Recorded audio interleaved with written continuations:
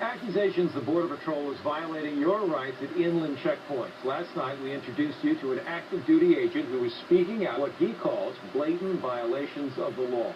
Tonight, the response from Border Patrol. San Diego 6's Susana Franco joins us live with her continuing investigation. Susana? Well, Jim and Netta, in many ways, this comes down to a tug-of-war between the Fourth and Fifth Amendments of the Constitution. One protecting Border Patrol agents, the other protecting motorists. It's false arrest and false imprisonment, and that supervisor did commit a criminal act. Border Patrol agent Michael Flanders contacted San Diego 6 News to speak out against what he says are illegal practices at the Interstate 8 checkpoint in Pine Valley. They said that, okay, we are banning you indefinitely from the checkpoint. As a result, he says he's now under review for alleged misconduct, a move he sees as retaliation. I can't discuss any allegations that are ongoing. We sat down with Border Patrol Assistant Chief Rosario Vasquez to discuss the allegations made by Agent Flanders. While he says he can't talk about the case, he does explain what the procedure is when an employee is under review. Normal procedure would be to remove that employee out of that environment until that investigation is conducted and concluded. As for an agent's authority at these internal checkpoints, Vasquez was willing to speak in depth. Checkpoint authority has gone through Supreme Court and has been upheld. The U.S. versus Martinez Puerto case, a brief stop to determine immigration status is not a violation of the Fourth Amendment.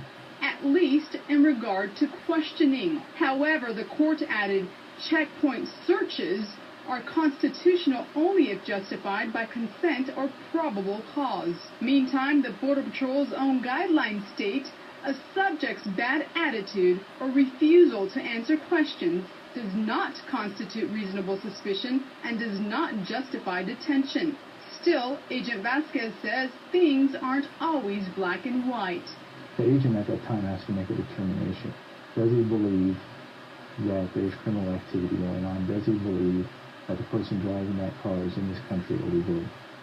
Now, to send that person to secondary, if he does believe that they are illegal or anything, it's not a probable cause situation. We ask, what about citizens who plead the Fifth and refuse to answer questions or go to secondary? All of this is still under review, and there are ongoing lawsuits with it, but it comes down to the individual agent at the point. At the time, they have to gather their own articulable facts and look at every case individually. Agent Vasquez says checkpoints are in place for a reason, and refusing to answer the questions can be interpreted as suspicious behavior. If they determine maybe that person is refusing to answer the questions because they are committing some type of crime, then we can send them to secondary or take further action. His advice? If you're going through the checkpoint, it's just easier. Roll down your window, answer a 2-second question, and then be on your way.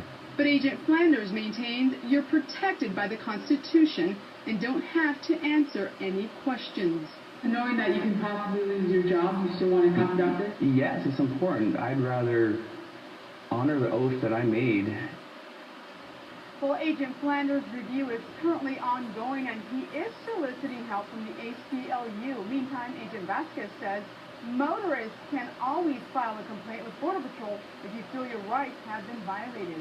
For more information on how you can do just that, go to our website, sandiego6.com. Live in the newsroom tonight, Susana Franco, San Diego 6 News.